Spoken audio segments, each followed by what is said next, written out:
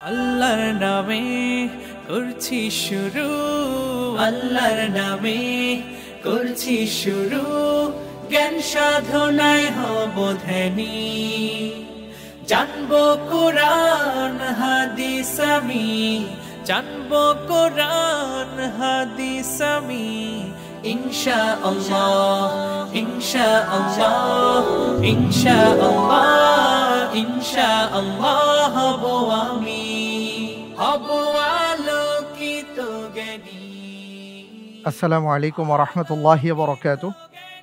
আলহামদুলিল্লাহ ওয়াসসালাতু ওয়াসসালামু আলা রাসূলিল্লাহি আম্মা বা'দ।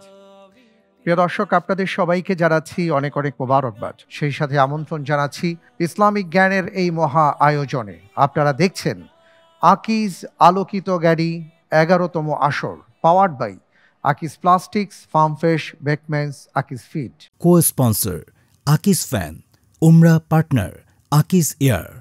দেখতে দেখতে মাহে রমজানের 3 ভাগের 1 ভাগ আমাদের কাছ থেকে বিদায় নিয়েছে। আমরা কতটুকু অর্জন করতে পারলাম, কতটুকু আমরা রাখতে পেরেছি? রাসূল সাল্লাল্লাহু আলাইহি ওয়াসাল্লামের জীবনীতে এসছে, রমজান যখন আসতো তার আগেই তাঁর চেহারা মোবারক অন্যরকম হয়ে যেত। তিনি তার সমস্ত কাজগুলোকে অল্প অল্প করে গুছিয়ে রেখে রমজানকে কেবলমাত্র মহান রবের সান্নিধ্য অর্জন করার একটা মাধ্যম হিসেবে তিনি গ্রহণ করেছেন। এবং আসলাফদের জীবনীতে এটাই এসছে যে তারা রমজানকে শুধুমাত্র ইবাদতের মাস, ইবাদতের মৌসুম হিসেবেই গণ্য করেছেন। কারণ এই ইবাদত আমাদের ইহকালীন পরকালীন জীবনের পাথেয় হিসেবে থাকবে। আল্লাহ রাসূল সাল্লাল্লাহু আলাইহি ওয়াসাল্লাম পরকালীন পাথেয়র ব্যাপারে বলেছেন, আও ইলমুন ইউনতাফাউ বিহি। আমরা যখন মাটির নিচে চলে যাব, এই দুনিয়া থেকে বিদায় নিয়ে চলে যাব, তখন আমাদের জন্য পাথেয় হিসেবে যা কাজ করবে তার মধ্যে অন্যতম একটি বিষয় হলো, আমরা যদি জ্ঞানের পৃষ্ঠপোষকতা পৃথিবীতে করে যেতে পারি, সেটারই একটা প্রতিদান আমরা পাব। আর সে আলোকেই আমাদের এই আয়োজন আকিজ আলোকিত জ্ঞানী 11তম আসর। আজকের পর্বে আমি যাকে কুরসিউল উলামা অর্থাৎ জ্ঞানীদের এই চেয়ারে যাকে আমন্ত্রণ জানাচ্ছি, তিনি হচ্ছেন পিরোজপুরের বন্ধু মাহমুদুল হাসান। আসছেন মাহমুদুল হাসান। আলোকিত জ্ঞানী, আলোকিত জ্ঞানী, আলোকিত। আসসালামু আলাইকুম। ওয়ালাইকুম আসসালাম ওয়া রাহমাতুল্লাহি ওয়া বারাকাতুহু। কেমন আছেন আপনি? আলহামদুলিল্লাহ, আল্লাহ তাআলা ভালো রেখেছে। আপনি কেমন আছেন? জি আলহামদুলিল্লাহ, ভালো আছি, মাশাআল্লাহ, তাবারাকাল্লাহ। প্রিয় দর্শক, ভাই মাহমুদুল হাসান আমাদের সামনে আছেন। মাহমুদুল হাসান, কেমন লাগছে? আলহামদুলিল্লাহ, আমাকে খুব ভালো লাগতেছে। এখন এরকম একটা বড় একটা আসরে আমার মতো একজন মানুষ এখানে আসতে পেরেছি। আর সব মিলিয়ে খুবই একটি রোমাঞ্চকর একটা অবস্থা যাচ্ছে আমার উপর দিয়ে। আল্লাহু আকবার। আল্লাহ তাআলা আপনাকে কবুল করুন, আমিন জ্ঞানের জন্য কবুল করুন, আমিন দ্বীনের জন্য কবুল করুন, আমিন। আলোকিত জ্ঞানী হিসাবে কবুল করুন। আল্লাহুম্মা আল্লাহুম্মা আমিন। বসুন। রব্বি জিদনি ইলমা, আল্লাহর নামে করছি শুরু, আল্লাহর ভাই মাহমুদুল হাসান, আপনার সম্পর্কে প্রথমে জানতে চাই, আপনি এখন কি করছেন, কোথায় আছেন? জি। আমি বর্তমানে ঢাকার রাজধানী মালিবাগের এক মাদ্রাসায় পড়ালেখা করতেছি। এবছর মিশকাত জামাত শেষ করলাম। ইনশাআল্লাহ আগামী বছর দাওরা হাদিস পড়ব। মাশাআল্লাহ, আপনি অনেক সৌভাগ্যবান যে আকিজ আলোকিত জ্ঞানীর এই আসরে মিশকাত পড়া অবস্থায় আপনি আলহামদুলিল্লাহ সুযোগ পেয়েছেন। আল্লাহ তাআলা আপনাকে কবুল করেছেন। আলহামদুলিল্লাহ। আমি দোয়া করব যে আল্লাহ রাব্বুল আলামিন যেন আপনাকে এই আসর থেকে এমন কিছু দান করেন যা আপনার সারা জীবন মনে থাকে, এবং জীবন উত্তরণের পথে এই আসরের পুরস্কার, এই আসরের আয়োজন থেকে আপনার গৃহীত পদক্ষেপ আল্লাহ যেন আপনার জন্য কল্যাণকর করেন। আমিন। আল্লাহুম্মা আমিন। আপনি জানেন যে আমাদের এই আয়োজনে আমরা প্রতিটি পর্বে আমাদের প্রতিযোগী বন্ধুদেরকে 19টি প্রশ্ন করে থাকি এবং কয়েকটা ধাপে, এবং প্রত্যেকটা প্রশ্নের সঠিক উত্তর যদি তিনি দিতে পারেন, মাশাআল্লাহ, তাবারাকাল্লাহ, এটা ওনার জন্য অনেক বড় পাওনা, আমাদের জন্য অনেক বড় আনন্দের। তো সে আলোকে আমি প্রথমেই আপনাকে 3টি প্রশ্ন করব। প্রত্যেকটি প্রশ্নের সঠিক উত্তরের জন্য আপনি 4 করে নম্বর পাবেন। ভুল হয়ে গেলে 2 নম্বর মাইনাস হয়ে যাবে, অর্থাৎ আপনার অর্জিত নম্বর থেকে চিন্তা করার জন্য 45 সেকেন্ড সময় পাবেন। কোনো লাইফলাইন থাকছে না। আমরা প্রশ্নোত্তরে যাব, তবে তার আগে আজকের পর্বে যারা আপনাকে সাহায্য করার জন্য, সহযোগিতা করার জন্য ইন্টেলিজেন্ট প্যানেল এবং প্রিয়জন সহায়তায় আছেন, আমরা তাদের সাথে পরিচিত হয়ে নিচ্ছি। আমাদের মাঝে 3 জন আলোকিত জ্ঞানী বন্ধুকে আমরা দেখতে পাচ্ছি যারা ইন্টেলিজেন্ট প্যানেলে বসেছেন, যারা ইতিপূর্বে একসময় গোল্ডেন চেয়ার অথবা কুরসিউল উলামার মধ্যে বসেছিলেন এবং এখান থেকে অত্যন্ত চমৎকারভাবে তারা বিভিন্ন প্রশ্নের উত্তর দিয়ে আমাদের সবাইকে মোহিত করেছিলেন। আমাদের মাঝে উপস্থিত হয়েছেন সাবেক আলোকিত জ্ঞানী বন্ধু হাফিজ মাওলানা মুফতি আবু বকর সিদ্দিক। আসসালামু আলাইকুম ওয়া রাহমাতুল্লাহি ওয়া বারাকাতুহু। ওয়ালাইকুম আসসালাম ওয়া রাহমাতুল্লাহি ওয়া বারাকাতুহু। আপনাকে অনেক অনেক মোবারকবাদ জানাচ্ছি। আমাদের মাঝে আরো উপস্থিত হয়েছেন আরো একজন সাবেক আলোকিত জ্ঞানী বন্ধু এবং স্বনামধন্য শিক্ষক জনাব শরীফুল ইসলাম জাবের। আসসালামু আলাইকুম ওয়া রাহমাতুল্লাহ। প্রিয় দর্শক, আমাদের মাঝে আরো উপস্থিত হয়েছেন আরো একজন বহু গুণে গুণান্বিত একজন আলোকিত জ্ঞানী মানুষ, হাফেজ মাওলানা মুফতি ইসমাইল হুসাইন। আসসালামু আলাইকুম ওয়া রাহমাতুল্লাহি ওয়া বারাকাতুহু। ওয়ালাইকুম আসসালাম ওয়া রাহমাতুল্লাহি ওয়া বারাকাতুহু। আপনাদের 3 জনকে জানাচ্ছি অনেক অনেক মোবারকবাদ এবং আমরা জানি যে আপনারা 3 জনই শিক্ষকতার মহান সেবায় নিয়োজিত আছেন। ভাই আবু বকর সিদ্দিক বাংলাদেশের স্বনামধন্য একটি প্রতিষ্ঠান মিরপুর 11-তে সেই প্রতিষ্ঠানের প্রধান নির্বাহী হিসাবে দায়িত্ব পালন করছেন। আল্লাহ তাআলা আপনার এই দায়িত্বের মাঝে বারাকা দান করুন, আমিন। আপনার প্রতিষ্ঠানকে কবুল করুন। ঠিক এমনি করে ভাই শরীফুল ইসলাম জাবের, তিনি একজন বাংলাদেশের স্বনামধন্য একটি শিক্ষা প্রতিষ্ঠানে আছেন এবং আমাদের মাঝে আরও উপস্থিত আছেন আমাদের ইসমাইল হোসাইন সাহেব, তিনিও একটি স্বনামধন্য প্রতিষ্ঠানে কর্মরত আছেন। আজকে আপনাকে সাহায্য করার জন্য, সহায়তা করার জন্য ইন্টেলিজেন্ট প্যানেলে যে ভাইরা আছেন তাদেরকে আমরা দেখলাম। আমি জানতে চাই যে আজকে আপনি কাকে প্রিয়জন সহায়তায় আমন্ত্রণ জানিয়েছেন, যিনি যদি কোনো ক্ষেত্রে প্রিয়জন সহায়তার প্রয়োজন হয় যিনি আপনাকে সহায়তা করবেন, কে তিনি? আপনার মুখেই শুনতে চাই। তিনি হলেন আমার ক্লাসমেট, আমরা একসাথে পড়ালেখা করি, আর ওনার নাম আব্দুল হাই। আমরা এই 4 বছর যাবৎ একসাথে পড়ালেখা করতেছি, তো আমি তাকে নির্বাচন করেছি এক্ষেত্রে। মাশাআল্লাহ, তাবারাকাল্লাহ। প্রিয়জন সহায়ক মোহতারাম আব্দুল হাই, আপনাকে অনেক অনেক মোবারকবাদ জানাচ্ছি, আপনাকে ধন্যবাদ জানাচ্ছি আমাদের এই আয়োজন থেকে যে আপনি এসেছেন। জাযাকাল্লাহ খায়ের। আসসালামু আলাইকুম ওয়া রাহমাতুল্লাহি ওয়া বারাকাতুহু। ওয়ালাইকুম আসসালাম ওয়া রাহমাতুল্লাহ। এই আয়োজন আপনার কেমন লাগছে? আল্লাহ সুবহানাহু ওয়া তাআলা দরবারে অজস্র কৃতজ্ঞতা, তিনি আমাকে ইসলামী জ্ঞানের মেগা রিয়েলিটি শো আলোকিত জ্ঞানী অনুষ্ঠানে উপস্থিত হওয়ার সুযোগ করে দিয়েছেন। আলহামদুলিল্লাহ। আলোকিত জ্ঞানী এই অনুষ্ঠানকে আমি আমার ব্যক্তিগতভাবে একটি মুভমেন্ট এবং সাথে সাথে একটি দাওয়া প্রজেক্ট হিসেবে মনে করি।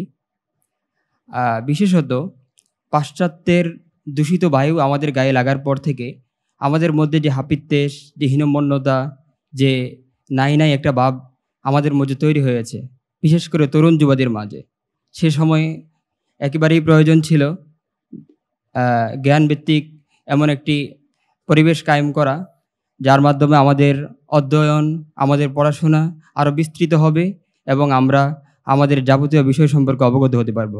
এবং এক্ষেত্রে যারা অগ্রণী ভূমিকা পালন করছে তার মধ্যে আলোকিত জ্ঞানী অন্যতম একটি। আর দ্বিতীয় বিষয় হচ্ছে আলোকিত জ্ঞানী একটি দাওয়া প্রজেক্ট।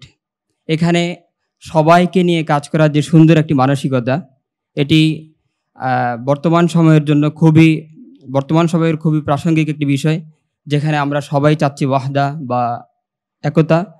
তো আলোকিত জ্ঞানী এই ওয়াহদা বা একতার ক্ষেত্রে একটি রোল মডেল হিসেবে থাকবে। সর্বোপরি আলোকিত জ্ঞানীর সাথে যারা সম্পৃক্ত আছেন সবার জন্য শুভকামনা এবং আলোকিত জ্ঞানীর একাদশ আসরের সকল প্রতিযোগীদের জন্য সফলতা কামনা করছি। আসসালামু আলাইকুম ওয়া রাহমাতুল্লাহি ওয়া বারাকাতুহু। ওয়ালাইকুম আসসালাম ওয়া রাহমাতুল্লাহি ওয়া বারাকাতুহু। আপনাকে অনেক অনেক ধন্যবাদ। আপনার এই গুরুত্বপূর্ণ মন্তব্যের জন্য। জাযাকাল্লাহ খায়র।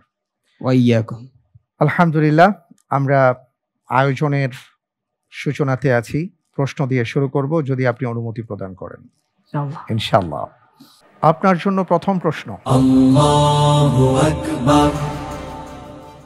নিচের কোন সূরাদ্বয়ের আয়াত সংখ্যা 111? এ সূরা ইউসুফ ও সূরা ইসরা, বি সূরা ইসরা ও সূরা কাহাফ, সি সূরা ইউসুফ ও সূরা ইউনুস, ডি সূরা ইউসুফ ও সূরা আম্বিয়া।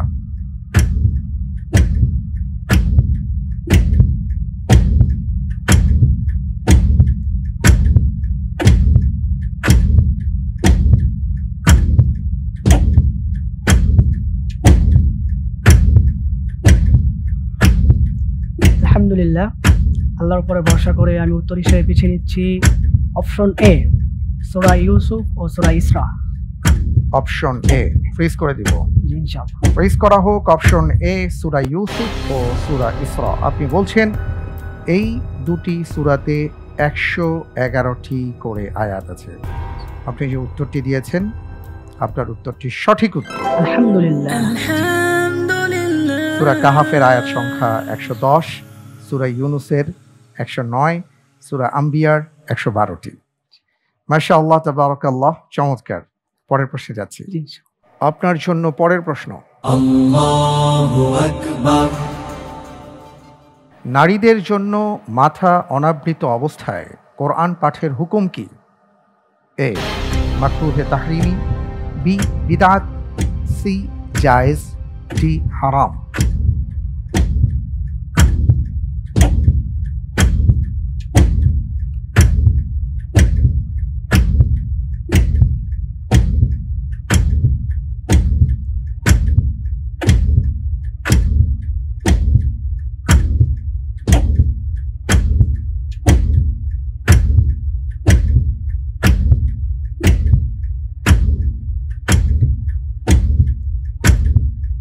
আলহামদুলিল্লাহ, আল্লাহর উপরে ভরসা করে আমি উত্তর হিসেবে বেছে নিচ্ছি অপশন সি, জায়েজ। ফ্রিজ করা হোক অপশন সি, জায়েজ।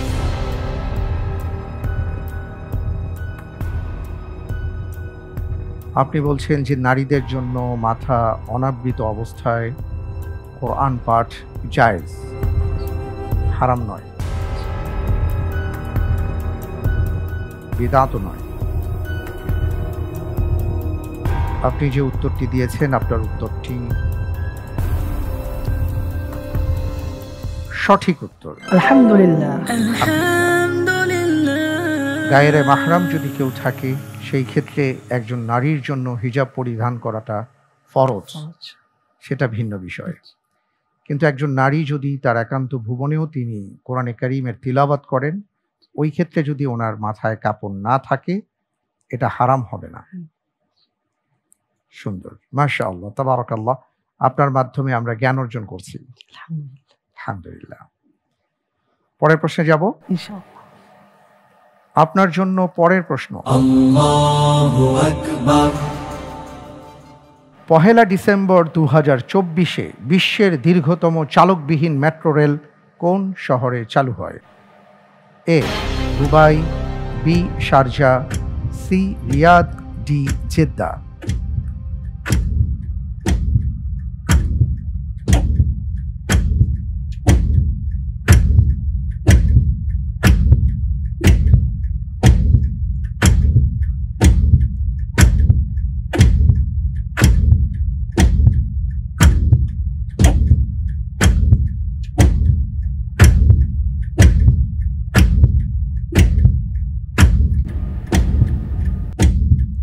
আলহামদুলিল্লাহ, আল্লাহর উপরে ভরসা করে আমি উত্তর হিসেবে বেছে নিচ্ছি অপশন সি, রিয়াদ।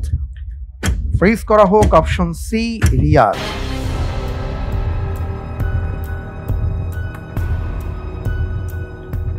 আসলে সময় ছিল না যে আমি আপনার সাথে কথা বলবো, এই কারণে লক করে দিয়েছি। কি কারণে আপনি রিয়াদকে চুজ করেছেন? আপনি কি জেনে বুঝে এই অপশনটাকে পছন্দ করেছেন? জি, আমার সম্প্রতি পড়ালেখার ভিতরে মনে হচ্ছে যে এরকম রিয়াদ হবে। রিয়াদ হবে। আপনি যে উত্তরটি দিয়েছেন আপনার উত্তরটি সঠিক উত্তর। আলহামদুলিল্লাহ। সৌদি আরবের রাজধানী রিয়াদের বিশ্বের দীর্ঘতম চালকবিহীন মেট্রো রেল 1 ডিসেম্বর 2024 উদ্বোধন করা হয়। এর দৈর্ঘ্য হলো 176 কিলোমিটার। এর মাধ্যমে রিয়াদের মূল প্রাণকেন্দ্র, ব্যবসায়িক কেন্দ্রগুলো, দর্শনীয় স্থানগুলোতে যাতায়াত করা যাবে। মোট 85টি মেট্রো স্টেশন নিয়ে গঠিত হয়েছে। মাশাআল্লাহ, আপনি ভালো পড়াশোনা করেছেন, আমরা বুঝতে পারছি। সব বিষয়েই পড়াশোনা করবার চেষ্টা করেছেন। আকিজ আলোকিত জ্ঞানীতে আপনি আসছেন, পড়াশোনাও করছেন বা করেছেন। আপনি বললেন কি ধরনের পড়াশোনা করা উচিত বা কতটুকু পড়াশোনা করা উচিত বলে আপনি মনে করেন আকিজ আলোকিত জ্ঞানীতে অংশগ্রহণ করবার জন্য? আমি ব্যক্তিগতভাবে মনে করি যে আকিজ আলোকিত জ্ঞানী শুধু কোরআন হাদিস বা 2-1টি বিষয়ের ভিতরে সীমাবদ্ধ না। আকিজ আলোকিত জ্ঞানীর ক্ষেত্রে একটি বিস্তৃত একটা জ্ঞান দরকার, যে জ্ঞানটা সব বিষয়ে থাকবে। কোরআন হাদিস, ভূগোল, বিজ্ঞান, ইসলাম রিলেটেড যত বিষয় আছে সব বিষয় থাকবে। তো শুধু 2-1টি বিষয়ের ভিতরে আমি এটাকে সীমাবদ্ধ মনে করতেছি না। আচ্ছা, সুতরাং যারা পড়াশোনা করবেন আলোকিত জ্ঞানী, এই আকিজ আলোকিত জ্ঞানীর জন্য তাদের প্রিপারেশনটা সেই রকমের হওয়া দরকার। শুকরিয়া। আমরা দেখতে পাচ্ছি এরই মাধ্যমে আমরা প্রথম ধাপ শেষ করলাম, দ্বিতীয় ধাপে চলে আসছি। দ্বিতীয় ধাপে 4টি প্রশ্ন করব। প্রত্যেকটি প্রশ্নের সঠিক উত্তরের জন্য 7 করে নম্বর পাবেন। ভুল হয়ে গেলে আপনার অর্জিত নম্বর থেকে 3.5 নম্বর কাটা যাবে। দুটো লাইফলাইন আপনার জন্য ওপেন করা হয়েছে। 50-50 চান্স, প্রিয়জন সহায়তা। লাইফলাইন নিয়ে সঠিকভাবে উত্তর দিতে পারলে আপনার জন্য থাকছে 7-এর জায়গায় 5 করে নম্বর। চিন্তা করার জন্য সর্বোচ্চ 1 মিনিট সময় পাবেন ইনশাআল্লাহ। যাব ইনশাআল্লাহ। ইনশাআল্লাহ। আপনার জন্য এবারের প্রশ্ন। রাসূল সাল্লাল্লাহু আলাইহি ওয়াসাল্লামকে কবরস্থ করার পর ফাতিমা রাদিয়াল্লাহু তাআলা আনহা কান্না বিজড়িত কণ্ঠে কোন সাহাবীকে বলেছিলেন, রাসূল সাল্লাল্লাহু আলাইহি ওয়াসাল্লামের উপর মাটি নিক্ষেপ করতে কিভাবে তোমার আত্মা শান্তি পেল? কাকে এই কথা বলেছিলেন? এ আনাস ইবনে মালিক, B Hasan ibn Ali, C Hussain ইবনে আলী, ডি আলী ইবনে আবি তালিব রাদিয়াল্লাহু আনহু।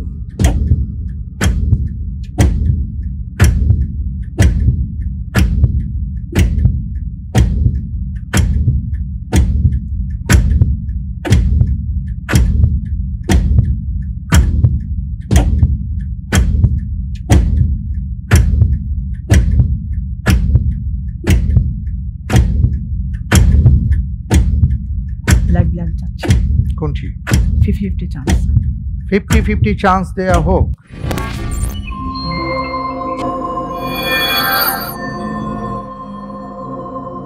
জি, option A Anas ibn Malik, option B Hasan ibn Ali রাদিয়াল্লাহু আনহুমা। আল্লাহর উপরে ভরসা করে উত্তর হিসেবে বেছে নিচ্ছি option B, Hasan ibn Ali রাদিয়াল্লাহু তাআলা। হাসান ইবনে আলী। ফ্রিজ করা হোক option B, Hasan ibn Ali রাদিয়াল্লাহু তাআলা আন।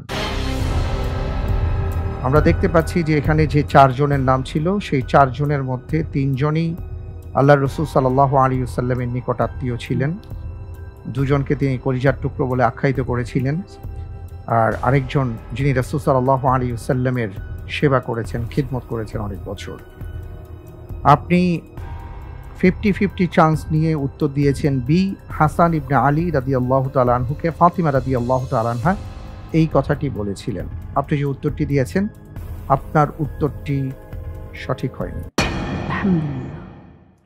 আনাস ইবনে মালিক রাদিয়াল্লাহু তাআলা আনহুকে মূলত ফাতিমা রাদিয়াল্লাহু তাআলা আনহা এই কথা বলেছিলেন যখন তিনি বললেন আল্লাহর রাসূল সাল্লাল্লাহু আলাইহি ওয়াসাল্লামকে তারা সমাহিত করে এসেছেন। সুবহানাল্লাহি ওয়া বিহামদিহি। আলহামদুলিল্লাহ, আপনার মাধ্যমে আমরা ধীরে ধীরে এগুচ্ছি, প্রশ্নের উত্তর জানছি। তা আলহামদুলিল্লাহ, আসলে এই ব্যাপারটি খুবই হৃদয় বিদারক। কলিজার টুকরো সন্তান, তিনি তার বাবাকে হারিয়েছেন। সেই বাবা, যেই বাবা তার কন্যাকে এতটা ভালোবাসতেন, হাদিসের মধ্যে এসছে যে ছেলেদেরকে তিনি মাঠে পাঠাতেন, ছেলেদেরকে তিনি বিভিন্ন পশু চড়াতে পাঠিয়েছেন, কিন্তু মেয়েকে ওর উপর রেখে তার ঘ্রাণ নিয়েছেন। বুখারীর হাদিস। আল্লাহর রসুল যখন আসতেন সবার আগে ফাতিমা রাদিয়াল্লাহু তাআলা আনহার সাথে সাক্ষাৎ করতেন, বিদায় নেবার সময় সবার পরে তার সাথে সাক্ষাৎ করতেন। দূর থেকে যখন তাকে দেখতেন তিনি দাঁড়িয়ে যেতেন। সুবহানাল্লাহ। মেয়ে এবং পিতার কি অপূর্ব ভালোবাসার কিছু নমুনা বা নিদর্শন আমরা শুনেছি। এ প্রসঙ্গে আরো কিছু কথা শুনবো। আমাদের মাঝে উপস্থিত আছেন ভাই আবু বকর সিদ্দিক হাফিজাহুল্লাহ। প্রশ্নের মধ্যে যে হাদিসটি উল্লেখ করা হয়েছে, মূলত এই হাদিসের মাধ্যমে প্রিয় নবী সাল্লাল্লাহু আলাইহি ওয়াসাল্লাম আমাদেরকে একটি বিষয় শিক্ষা দিয়েছেন। হাদিসটি হাদিসের কিতাবের সবরের অধ্যায়ের মধ্যে উল্লেখ করা হয়েছে। আল্লাহ সুবহানাহু ওয়া তাআলা বান্দা সৃষ্টির পর তাদেরকে বিভিন্ন বালা মুসিবত দ্বারা পরীক্ষা করবেন, যেটি তিনি কোরআনের একাধিক জায়গায় বলেছেন। বালা মুসিবত আসলে আমাদের কি করণীয় সে ব্যাপারে তিনি আমাদেরকে শিক্ষা দিয়েছেন। যেমনটি হাদিসের মাধ্যমে আমরা জানতে পাই, বান্দা যখন কোনো বালা মুসিবত বিপদ আপদের সম্মুখীন হবে তখন তার জন্য করণীয় হলো আল্লাহর উপর তাওয়াক্কুল করে সবর করা। হাদিসের মধ্যে উল্লেখ হয়েছে যে নবী আরবি সাল্লাল্লাহু আলাইহি ওয়াসাল্লামের যখন ইন্তেকালের মুহূর্ত চলে আসেন, তিনি প্রচণ্ড মাথা ব্যথা জ্বরে আক্রান্ত হয়েছিলেন। তার এই ব্যথা জ্বর নবী আলাইহিস সালামের অস্থির হালত দেখে ফাতেমা রাদিয়াল্লাহু আনহা বারবার কান্না করে বলতেছিলেন, অক্রবা আবাতাহ, অক্রবা আবাতাহ, হায় আমার পিতার ব্যথা, কি হবে আমার পিতার, কি হলো আমার পিতার। এভাবে তিনি আফসোস করতেছিলেন। প্রিয় নবী সাল্লাল্লাহু আলাইহি ওয়াসাল্লাম তখন তাকে বলেছেন যে আজকের পর থেকে তোমার বাবার আর কোনো কষ্ট হবে না। আল্লাহু আকবার। এরপর নবী আলাইহিস সালামের মৃত্যু হয়ে গেল, তার দাফন কাফনের ব্যবস্থা করা হলো।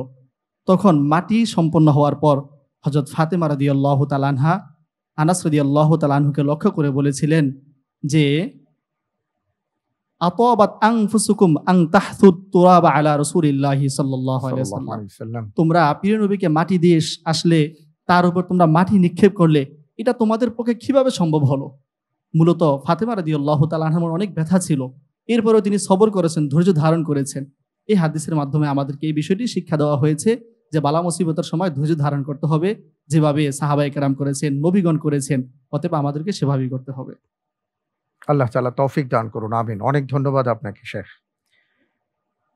পরের প্রশ্নে যাচ্ছি ইনশাআল্লাহ। ইনশাআল্লাহ। আপনার জন্য পরের প্রশ্ন, গোলাকার বস্তুর জ্যামিতিক পরিমাপ উদ্বোধন করেন কোন মুসলিম বিজ্ঞানী? এ আল-কিন্দি, বি আব্বাস ইবনে ফিরনাস, সি আল-বাত্তানি, ডি আল-ফারাবি।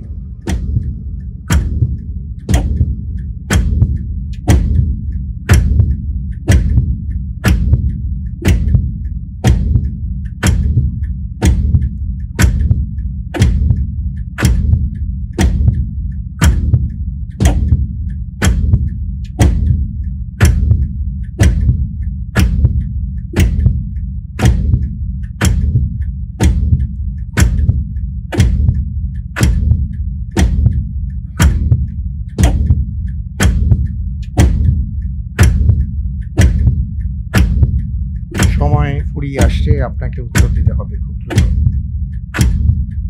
আমি আল্লাহর উপরে ভরসা করে উত্তর হিসেবে বেছে নিচ্ছি অপশন বি, আব্বাস ইবনে ফিরনাস। ফ্রিজ করে দেওয়া হোক অপশন বি, আব্বাস ইবনে ফিরনাস।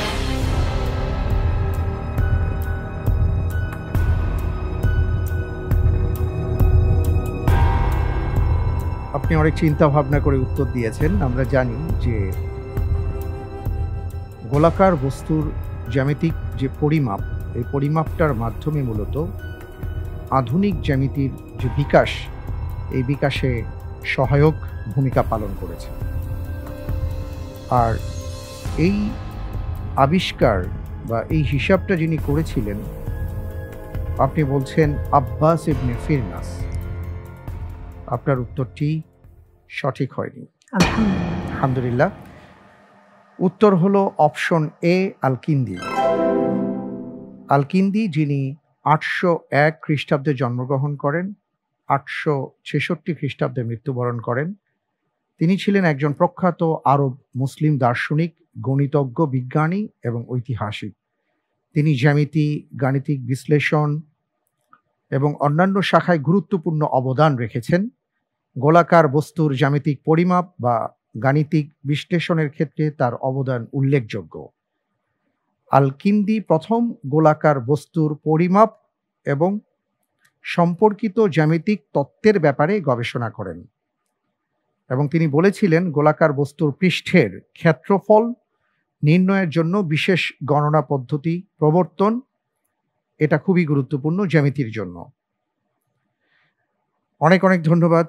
আপনি বলেছেন খুব স্বাভাবিক কথা যে আমরা সব জানবো, এটা হতে পারে না। আমি কিছু জানবো, আপনি কিছু জানবেন, এখান থেকে কিছু নেব, এইভাবেই আমরা আমাদের জ্ঞানকে সমৃদ্ধ করব।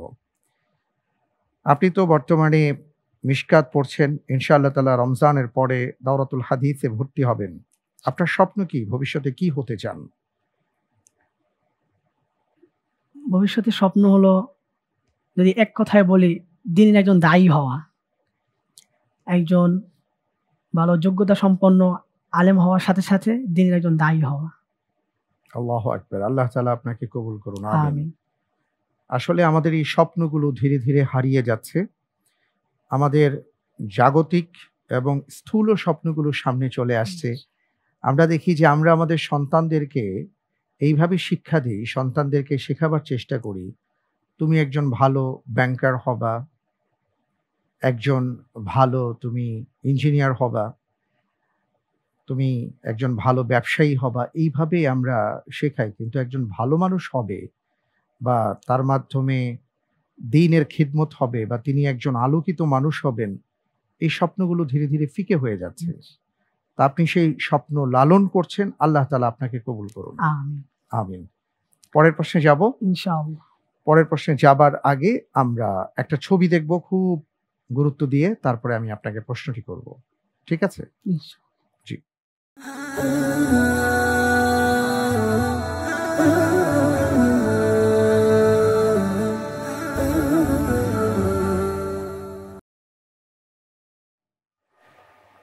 আপনি লোগোটা দেখে নিশ্চয়ই বুঝতে পেরেছেন। নিচে লেখা ছিল, কি লেখা ছিল? University of Dhaka.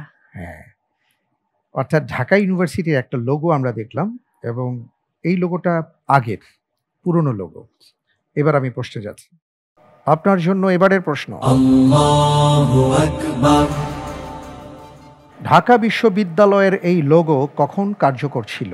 এ 1921 থেকে 1952, বি 1947 থেকে 71, সি 1952 থেকে 72, ডি 1972 থেকে 73।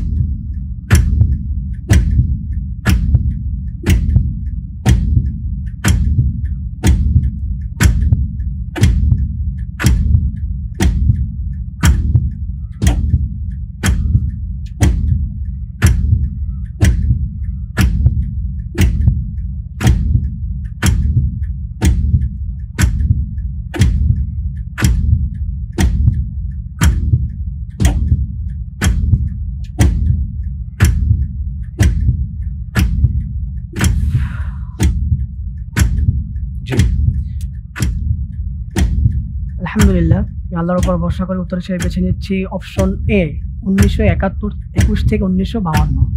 প্রেস করা হোক অপশন এ, 1921 থেকে 1952। ঢাকা বিশ্ববিদ্যালয়ের সূচনা কত সাল থেকে? 1921 সাল থেকে। 1921 সাল থেকে। জি, আপনি যে উত্তরটি দিয়েছেন 1921 থেকে 1952, আপনার উত্তরটি সঠিক হয়নি। সঠিক উত্তর হচ্ছে 1952 থেকে 1972, অপশন সি। মূলত ঢাকা বিশ্ববিদ্যালয়ের যখন যাত্রা শুরু হয় 1921 সালে, তখন যে লোগো ছিল সেখানে চাঁদতারা ছিল এবং সোয়াস্তিকা ছিল এবং ট্যাগলাইনে ইংরেজিতে লেখা ছিল ট্রুথ শ্যাল প্রিভেইল। পাকিস্তান আমলে 1952 সালে এই ব্রিটিশ লোগোটি পরিবর্তন করা হয় এবং সোয়াস্তিকা বাদ দেয়া হয়, আরবি হরফের বই জুড়ে দেওয়া হয় এবং সেই সঙ্গে নদী নৌকা দৃশ্য জুড়ে দেওয়া হয় এবং এই লোগোটি মূলত 1972 পর্যন্ত স্থায়ী ছিল। আর 1972 ও 73 এই 2 বছরে আরও 2বার লোগো পরিবর্তন করা হয়েছিল। কোনো সমস্যা নেই, আলহামদুলিল্লাহ আমরা আপনার মাধ্যমে জানলাম। চমৎকারভাবে আপনি এগিয়ে যাচ্ছেন, আপনার জন্য অনেক অনেক দোয়া। আমরা পরের প্রশ্নে যাব ইনশাআল্লাহ। আপনার জন্য পরের প্রশ্ন, কিয়ামতের দিন আল্লাহর নিকট সবচেয়ে কঠিন আযাবের সম্মুখীন হবে কারা? এ, গীবতকারীরা, বি, ছবি অঙ্কনকারীরা, সি, কোরআন হিফজ করে যারা ভুলে যায় তারা, ডি, যারা ব্যবসায় ঠকায়।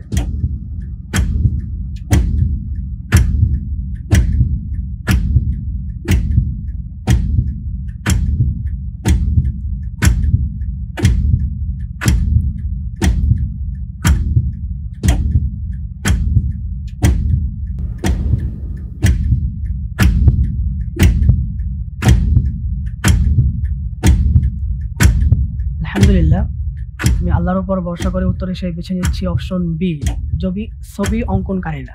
ছবি অঙ্কনকারীরা ফেস করব। লক করা হোক অপশন বি, ছবি অঙ্কনকারীরা। আপনি যে উত্তরটি দিয়েছেন আপনার উত্তরটি সঠিক উত্তর। আলহামদুলিল্লাহ।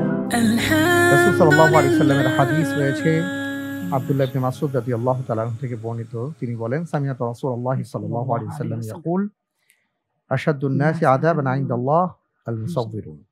জি, যারা ছবি অঙ্কন করবে তাদের আযাব কিয়ামতের ময়দানে সবচেয়ে কঠিন হবে। অনেক অনেক ধন্যবাদ।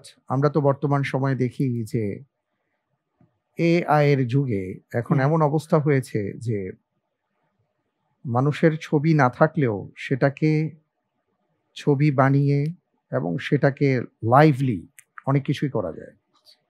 সামনে কত ধরনের ফিতনা আসবে, আমরা আল্লাহর কাছে পানা চাই, আল্লাহ তাআলা যেন আমাদেরকে হেফাজত করেন। আল্লাহুম্মা আমিন। মাশাআল্লাহ, আমরা দ্বিতীয় ধাপ শেষ করলাম। আমাদের সামনে তৃতীয় ধাপ আছে। তৃতীয় ধাপটা খুবই গুরুত্বপূর্ণ আমাদের জন্য, কারণ প্রত্যেকটি প্রশ্নের সঠিক উত্তরের জন্য আপনি 12 নম্বর করে পাবেন। ভুল হয়ে গেলে আপনার অর্জিত নম্বর থেকে 6 নম্বর কাটা যাবে। চিন্তা করার জন্য পর্যাপ্ত সময় পাবেন। আপনার জন্য দুটো লাইফলাইন আমি ওপেন করে দিলাম, ইন্টেলিজেন্ট প্যানেলের সহায়তা এবং লাইফলাইন তাকদির। ইনশাআল্লাহ যদি লাইফলাইনের সহায়তা নিয়ে সঠিকভাবে উত্তর দিতে পারেন 10 করে নম্বর পাবেন। আলহামদুলিল্লাহ, তাহলে শুরু করছি ইনশাআল্লাহ। আপনার জন্য পরের প্রশ্ন, কোরআনুল কারীমে কাদেরকে বলা হয়েছে দেয়ালে ঠেস দেয়া কাঠের মতো? এ, অগ্নি পূজকদের, বি, নাসারাদের, সি, মুনাফিকদের, ডি, কাফেরদের।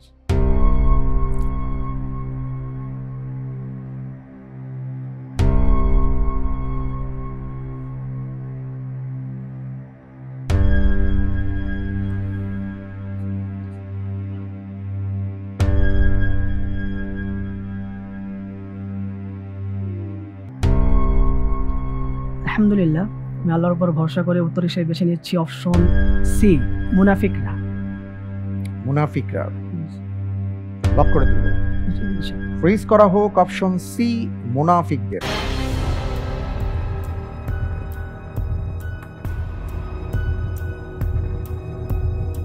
আপনি যে উত্তরটি দিয়েছেন আপনার উত্তরটি সঠিক উত্তর। আলহামদুলিল্লাহ। মাশাআল্লাহ, তাবারাকাল্লাহ। দেয়ালে ঠেস দেয়া কাঠের মতো বলতে আল্লাহ সুবহানাহু ওয়া তাআলা মুনাফিকদেরকে কি বুঝিয়েছেন এ প্রসঙ্গে আমরা একটু জানতে চাইব। আমাদের মাঝে উপস্থিত আছেন শায়েখ ইসমাইল হোসাইন, আপনি যদি বলেন। আসসালামু আলাইকুম ওয়া রাহমাতুল্লাহি ওয়া বারাকাতুহু। পবিত্র কোরআনুল কারীমের 63 নং সূরা সূরাতুল মুনাফিকুন, এই সূরার 4 নং আয়াতে আল্লাহ রাব্বুল ইজ্জা বলেন, আউযু বিল্লাহি মিনাশ শাইতানির রাজীম, ওয়া ইযা রাআইতাহুম তু'জিবুকা আজসামুহুম ওয়া ইন ইয়াকুলু তাসমা'ু লিকাওলিহিম কাআন্নাহুম খুশুবুম মুসান্নাদা ইয়াহসাবুনা কুল্লা সাইহাতিন আলাইহিম হুমুল আদুব ফাহযারহুম কাতালাহুমুল্লাহ আন্না ইউফাকুন। তথা আপনি যখন তাদের দিকে তাকাবেন তাদের দেহ আপনাকে বিমুগ্ধ করবে। যখন তারা কথা বলবে আপনি তাদের কথা মনোযোগ দিয়েও শুনবেন। তারা দেয়ালে ঠেস দেওয়া কাঠের মতোই, তারা প্রতিটি আওয়াজকে নিজেদের বিপক্ষে মনে করে। মূলত তারাই শত্রু, আপনি তাদের ব্যাপারে সতর্ক থাকবেন। আল্লাহ তাদেরকে ধ্বংস করুন, তারা কিভাবে সত্য থেকে বিমুখ হচ্ছে। আল্লাহ রাব্বুল ইজ্জা উক্ত আয়াতে কারিমার মধ্যে মুনাফিকদের অনেকগুলো নিন্দনীয় গুণসমূহের মধ্য থেকে কিছু গুণকে চিত্রায়িত করেছেন। তার মধ্য থেকে অন্যতম হলো তারা দৈহিকভাবে অনেক আকর্ষণীয় হবে, তাদের কথাও হবে অলঙ্কারপূর্ণ, মাধুর্যপূর্ণ, কিন্তু তাদের ভেতরে থাকবে মুনাফিকের কদর্যতায় আচ্ছন্ন। বিভিন্ন বর্ণনা দ্বারা পাওয়া যায় যে মুনাফিকদের সর্দার আবদুল্লাহ ইবনে উবাই ইবনে সলুল এ দৈহিকভাবে অনেক সুঠাম ছিল, তার কথাতেও জাদু ছিল, কিন্তু মুনাফিকদের অবস্থা তো হলো দেয়ালে ঠেস দেওয়া কাঠের মতো। কেন? তার দুটি কারণ। একটি কারণ হলো, একটি ঠুনকো কাঠ যদি আমরা দেয়ালের সাথে ঠেস দিয়ে লাগিয়ে রাখি, তাহলে এই কাঠটা দেখতে অনেক সুন্দর মনে হবে, কিন্তু এই কাঠ দ্বারা কোনো উপকার হবে না। ঠিক মুনাফিকদের অবস্থাও এমন যে মুনাফিকদের মাধ্যমে ইসলাম এবং মুসলিম জাতির কোনো উপকার আশা করা সুদূর পরাহত ব্যাপার। দ্বিতীয় আরেকটি কারণ হলো, এই মুনাফিকরা মূলত নবীজি সাল্লাল্লাহু আলাইহি ওয়াসাল্লামের মজলিসে বসত, কিন্তু সেই মজলিসে তাদের দেহ থাকতো, মন থাকতো না। এই অমনোযোগিতাকেই নিষ্প্রাণ কাঠের সাথে তুলনা করা হয়েছে। এমনকি তারা মুসলিম জাতির এবং রাসূল আরবি সাল্লাল্লাহু আলাইহি ওয়াসাল্লাম তারা যদি কোনো পদক্ষেপ নিতেন, কোনো উদ্যোগ গ্রহণ করতেন, তারা মনে করত এটা আমাদের বিপক্ষে কোনো ষড়যন্ত্র করা হচ্ছে। আসলে এটা কোনো ষড়যন্ত্র ছিল না, কিন্তু তাদের মনের যে রোগ ছিল সেই রোগের কারণে তারা এমনটা মনে করত। ইয়াহসাবুনা কুল্লা সাইহাতিন আলাইহিম। না, অনেক অনেক ধন্যবাদ। তারা হলো মূলত মুসলিম জাতির মধ্যে ঘাপটি মেরে থাকা শত্রু। আল্লাহ রাব্বুল আলামিন বুঝালেন, এখনো যদি মুসলিম জাতির মধ্যে কোনো ঘাপটি মেরে থাকা মুনাফিক থাকে, তাহলে মুসলিম জাতিকে সে ব্যাপারে সতর্ক থাকতে হবে। কারণ বহিরাগত শক্তির চাইতে, বহিরাগত শত্রুর চাইতে ভিতরের শত্রু মারাত্মক এবং বিধ্বংসী হয়ে থাকে। আল্লাহ তাআলা আমাদের সবাইকে মুনাফিকদের থেকে বেঁচে থাকার তৌফিক দান করুন। আল্লাহুম্মা আমিন। অনেক অনেক ধন্যবাদ আপনাকে, জাযাকাল্লাহ খায়র শেখ। আলহামদুলিল্লাহ, আমরা খুবই গুরুত্বপূর্ণ কথা শুনলাম। আল্লাহ তাআলা আমাদের সবাইকে সমস্ত ধরনের নিফাকি থেকে মুক্ত রাখুন, আমিন। পরের প্রশ্নে যাব ইনশাআল্লাহ। ইনশাআল্লাহ, কেমন লাগছে আপনার? আলহামদুলিল্লাহ, খুব ভালো লাগতেছে। মাশাআল্লাহ, তাবারাকাল্লাহ। বাড়িতে কে কে আছেন? আমার আব্বু আম্মু আর 2 বোন আছে আমার। আপনার বাবা কি করেন? আমার বাবা একজন পেশায় চালক, ড্রাইভার। আচ্ছা, ড্রাইভার আর কি, তিনি চালক? জি। আচ্ছা আচ্ছা, মাশাআল্লাহ। কি ধরনের গাড়ি তিনি চালিয়ে উনি থাকেন? মূলত বাস গাড়ি, ঢাকা চিটাগাং রোডে হানিফ এন্টারপ্রাইজ এটা চালান। মাশাআল্লাহ, তাবারাকাল্লাহ, আলহামদুলিল্লাহ। আল্লাহ তাআলা আপনার বাবাকে কবুল করুন, আমিন। আমিন এবং সকল প্রকার বিপদ আপদ বালা মুসিবত থেকে হিফাজতে রাখুন, আমিন। আমিন। এবং আপনাকে আপনার মা বাবার জন্য চোখ জুড়ানো সন্তান হিসেবে কবুল করুন, আল্লাহুম্মা আমিন। আমিন। পরের প্রশ্নে যাচ্ছি ইনশাআল্লাহ। আপনার জন্য এবারের প্রশ্ন। আল্লাহু আকবার। প্রথম বিশ্বযুদ্ধে ওসমানীয় খিলাফত কোন পক্ষে যুদ্ধে অংশগ্রহণ করে? এ মিত্রশক্তি, বি অক্ষশক্তি, সি অংশগ্রহণ করেনি, ডি প্রথমে মিত্রশক্তি শেষ দিকে অক্ষশক্তি।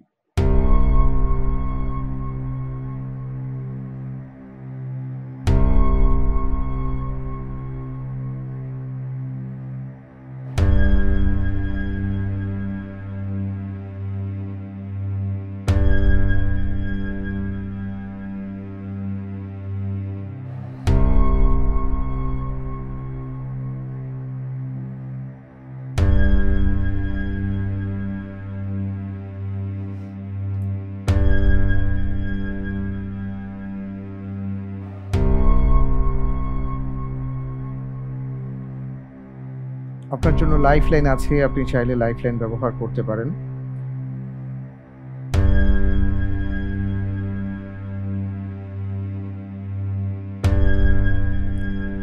লাইফ লাইন চাচ্ছি। লাইফ লাইন চাচ্ছেন? জি, কোনটি? Intelligent panel. আচ্ছা, ইন্টেলিজেন্ট প্যানেলের সহায়তা দেওয়া হোক।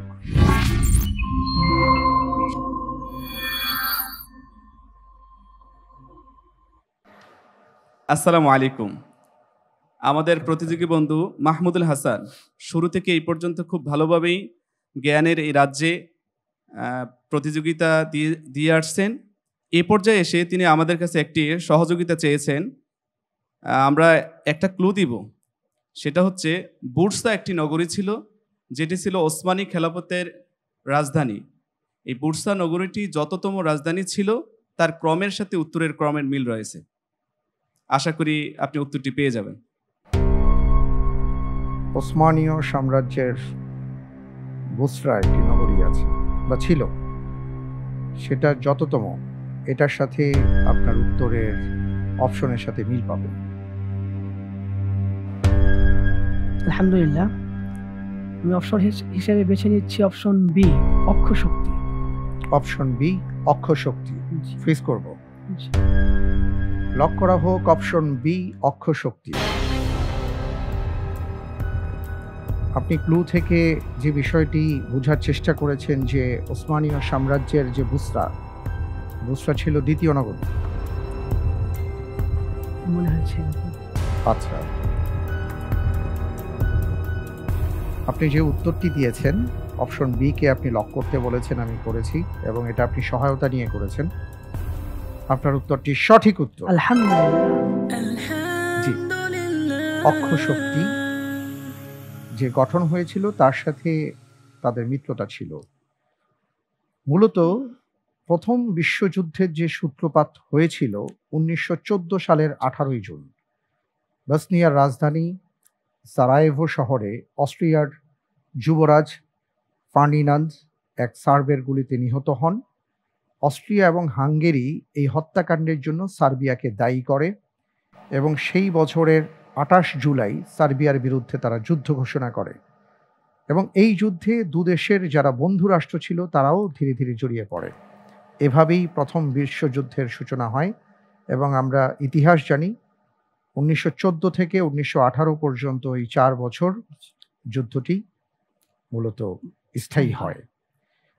অনেক অনেক ধন্যবাদ আপনাকে। আলহামদুলিল্লাহ, আমরা আপনার মাধ্যমে আরও একটি উত্তর জানলাম এবং সুন্দরভাবে আপনি প্রশ্নটির উত্তর দেবার চেষ্টা করেছেন, ঠান্ডা মাথায় দিয়েছেন, জাযাকাল্লাহ খায়ের। এবার প্রশ্নে যাব ইনশাআল্লাহ তাআলা। আপনার জন্য এবারের প্রশ্ন, আল্লাহু আকবার। বিখ্যাত শায়েখ এবং কারি সাদ আল গামিদি কোথায় জন্মগ্রহণ করেন? এ দাম্মাম, বি মক্কাতুল মুকাররমা, সি আল মদিনাতুল মুনাওয়ারা, ডি রিয়াদ। শায়েখ সাদ আল গামিদি 1967 সালে তিনি জন্মগ্রহণ করেন। আপনি চাইলে আরো একটি লাইফলাইন আপনার আছে, আপনি ব্যবহার করতে পারেন, লাইফলাইন তাকদীর। যদি আপনার জন্য এটা মনে হয় যে এটা আমি আসলে জানি কি জানি না, অথবা দিতে পারবো কি পারবো না, লাইফলাইন ব্যবহার করতে চাচ্ছেন? যদি লাইফলাইন না থাকতো তাহলে আপনি কোন অপশনটাকে পছন্দ করতেন? Option D, Riyad. রিয়াদ, আচ্ছা। সঠিক উত্তর ছিল অপশন এ, দাম্মাম। কোনো সমস্যা নেই, আলহামদুলিল্লাহ। আমরা তাহলে লাইফলাইনে যাচ্ছি, লাইফলাইন তাকদীর নিচ্ছি। লাইফলাইন তাকদীর দেওয়া হোক।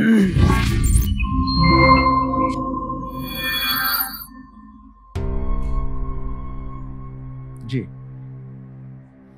যারে কিছু প্রশ্ন আছে সেখান থেকে একটি প্রশ্ন আপনি আমাকে তুলে দেন, আমি দেখব যে আপনার তাকদীরে কি আছে। ইনশাআল্লাহ আল্লাহ তাআলা আপনার তাকদীর খুলে দিন। জি, প্রশ্ন।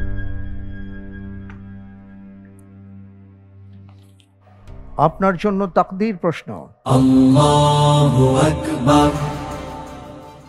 কোন খাবারের পাত্র কাকে লক্ষ্য করে বলে, আল্লাহ তোমাকে জাহান্নাম থেকে মুক্তি দান করুন যেমন তুমি আমাকে শয়তান থেকে মুক্ত করেছো?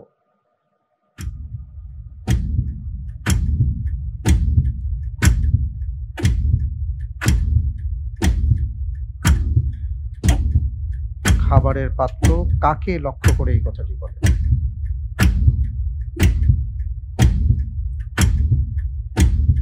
যে খাবারের পাত্র ঢেকে রাখা হয়। যে খাবারের পাত্র ঢেকে রাখা হয়। ফ্রিজ করে দিচ্ছি। ফ্রিজ করা হোক যে খাবারের পাত্র ঢেকে রাখা হয়।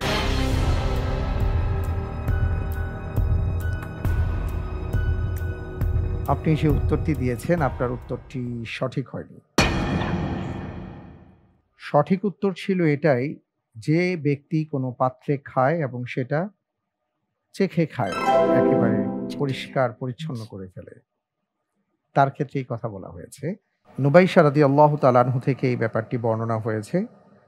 রাসূল সাল্লাল্লাহু আলাইহি ওয়াসাল্লাম বলেছেন, যে ব্যক্তি পাত্রে ভালো করে খায়, অর্থাৎ একেবারে চেটেপুটে খায়, আল্লাহ তাআলার কাছে এই পাত্র এইভাবে দোয়া করে এবং তার দোয়ার ভাষাগুলো এটাই। আলহামদুলিল্লাহ, খুব সুন্দরভাবে আপনি প্রশ্নের উত্তর দিয়েছেন এবং আপনার এই প্রশ্নের উত্তরে আমরা যে ব্যাপারটি জানতে পেরেছি সেটা হলো, আমরা পৃথিবীতে এত পরিমাণ খাবার অপচয় করি যেটা দিয়ে পৃথিবীর কয়েকশো কোটি মানুষ খেতে পারেন। আমরা যদি আমাদের দেশের কথা ভাবি, যে আমাদের দেশে বিভিন্ন রেস্টুরেন্টে অথবা বুফে অথবা বিয়ে শাদির খাবারগুলোতে এত পরিমাণ খাবারের অপচয় হয়, যেটা দিয়ে অনায়াসে অনেকেই খাবার গ্রহণ করতে পারেন। আমরা খাবার অপচয়ের মাধ্যমে একদিকে যেভাবে মানুষের অধিকার নষ্ট করছি, মানুষদের খাবার নষ্ট করছি, আরেকদিকে শয়তানের হাতে আমরা খাবার তুলে দিচ্ছি।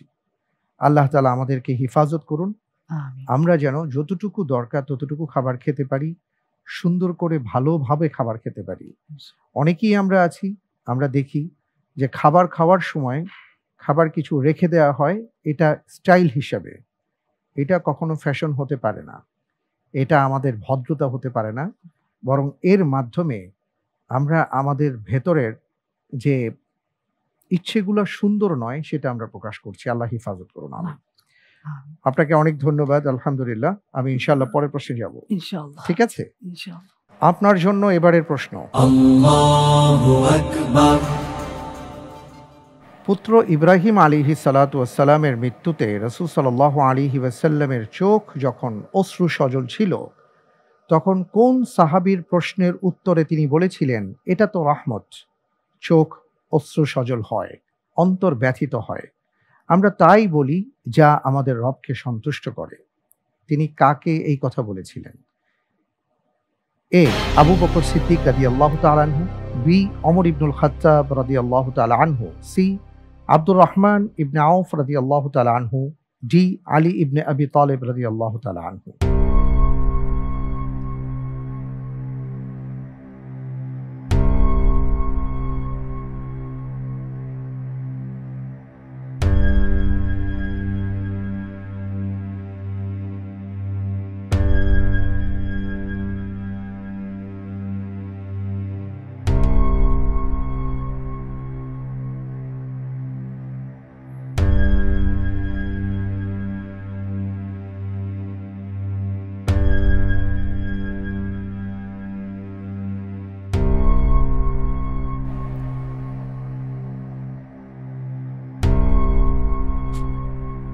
জি,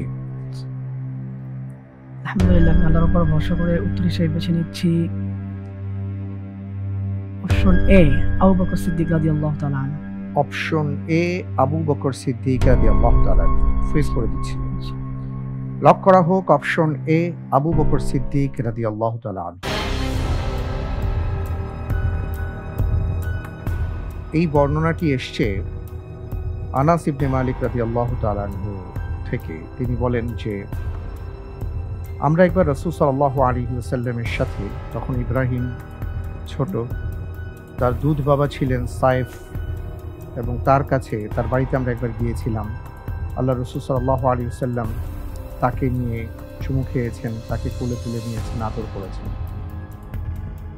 আমরা আরও একবার গিয়েছিলাম যখন ইব্রাহিম রাদিয়াল্লাহু তাআলা আনহু মুমূর্ষু অবস্থায়, এবং তখনই আসলে এই ঘটনাটা ঘটেছিল। তখন একজন সাহাবা তাকে প্রশ্ন করেছিলেন, ইয়া রাসূলুল্লাহ, আপনিও কাঁদেন বা আপনার চোখ থেকে অশ্রু ঝরে? উত্তরে তিনি বলেছিলেন এই কথাগুলো।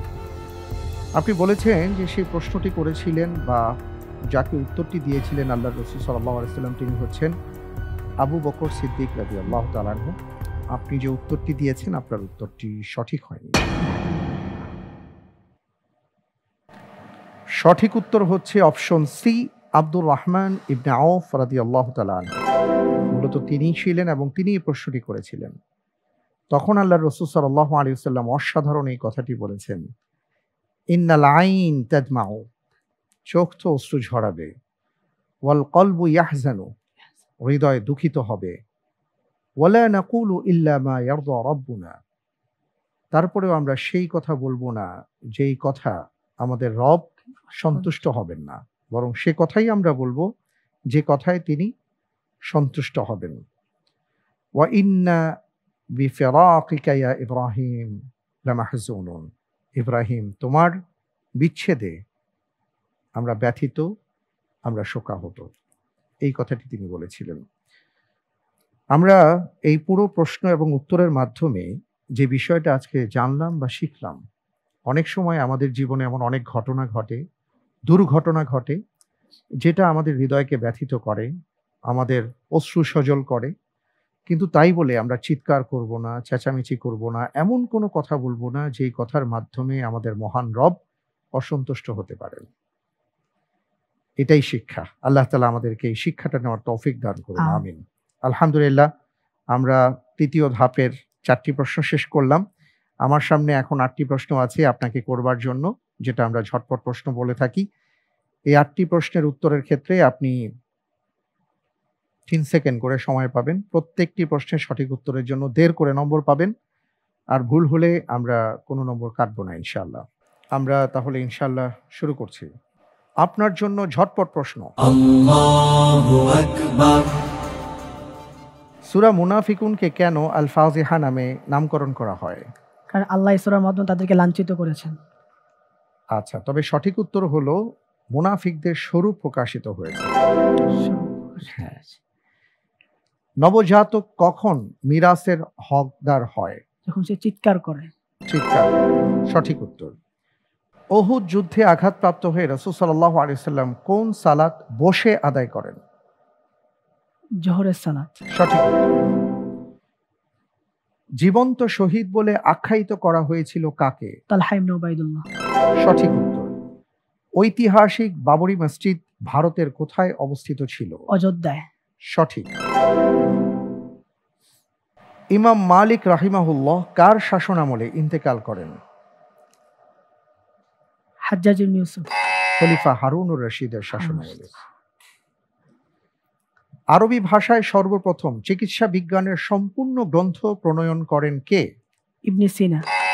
আলী ইবনে রাব্বান। কোন সূরায় উম্মতে মুহাম্মদীকে শ্রেষ্ঠ উম্মাহ ঘোষণা দেওয়া হয়েছে? সূরা আলে ইমরান। সঠিক উত্তর। মাশাআল্লাহ, আমি আপনাকে 8টি প্রশ্ন করেছিলাম এবং এই 8টি প্রশ্নের মাঝে আপনি সঠিক উত্তর দিতে পেরেছেন 5টি প্রশ্নের। আলহামদুলিল্লাহ। আলহামদুলিল্লাহ, তাবারাকাল্লাহ, অত্যন্ত চমৎকার আপনি করেছেন। এরই সাথে শেষ হয়ে গেছে আপনাকে যতগুলো প্রশ্ন করবার ছিল সবগুলো প্রশ্ন। অর্থাৎ দেখতে পেলাম যে আজকের পর্বে মূলত আপনাকে আমি 20টি প্রশ্ন করেছিলাম। মাশাআল্লাহ, তাবারাকাল্লাহ, আপনি চেষ্টা করেছেন এবং আপনার প্রাপ্ত নম্বর হচ্ছে 26 নম্বর। সবচেয়ে বড় কথা হলো আপনার মাধ্যমে আমরা আজকে 20টি প্রশ্নের উত্তর জেনেছি। প্রত্যেকটি প্রশ্ন ছিল গুরুত্বপূর্ণ, প্রত্যেকটি প্রশ্ন ছিল আমাদের জীবন পথের পাথেয় স্বরূপ। এই যে আমরা গুরুত্বপূর্ণ কিছু বিষয় অর্জন করেছি আপনার মাধ্যমে, আল্লাহ তাআলা আপনাকে উত্তম প্রতিদান দিয়ে ধন্য করুন, আমাদের সবাইকে উত্তম প্রতিদান দিয়ে ধন্য করুন, আমিন। আমি তাহলে আপনার কাছ থেকে আজকে বিদায় নিচ্ছি ইনশাআল্লাহ। তাবারাকাল্লাহ, আল্লাহু ইবারিক ফিক। আমিন আমিন। আলহামদুলিল্লাহ, প্রিয় দর্শক, আমরা আজকের পর্বে আমাদের ভাই মাহমুদুল হাসানের কাছ থেকে বিভিন্নভাবে বিভিন্ন প্রশ্নের উত্তর জানবার চেষ্টা করেছি এবং আমাদের জ্ঞানকে আমরা সমৃদ্ধ করেছি।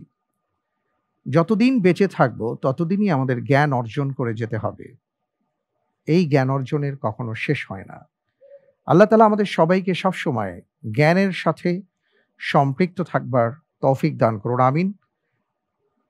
আমার বিদায় নেবার সময় হয়েছে প্রিয় দর্শক, বিদায় নেব। তবে তার আগে আপনাদের জন্য আমাদের আজকের পর্বের জ্যাকপট প্রশ্ন। সবচেয়ে বড় গুনাহ কোনটি? উত্তর জানা থাকলে আলোকিত জ্ঞানীর ফ্যান পেজে ডেসক্রিপশনে দেয়া আছে আমাদের গুগল ফর্ম। গুগল ফর্মে প্রবেশ করে সঠিক উত্তর সাবমিট করুন রাত 12টার মধ্যে। সঠিক উত্তরদাতাদের মধ্য থেকে আমরা 2 জন বিজয়ী বন্ধুর নাম ঘোষণা করব, আর তাদের জন্য থাকছে বেকম্যানস এবং ফার্মফ্রেশের সৌজন্যে আকর্ষণীয় গিফট হ্যাম্পার।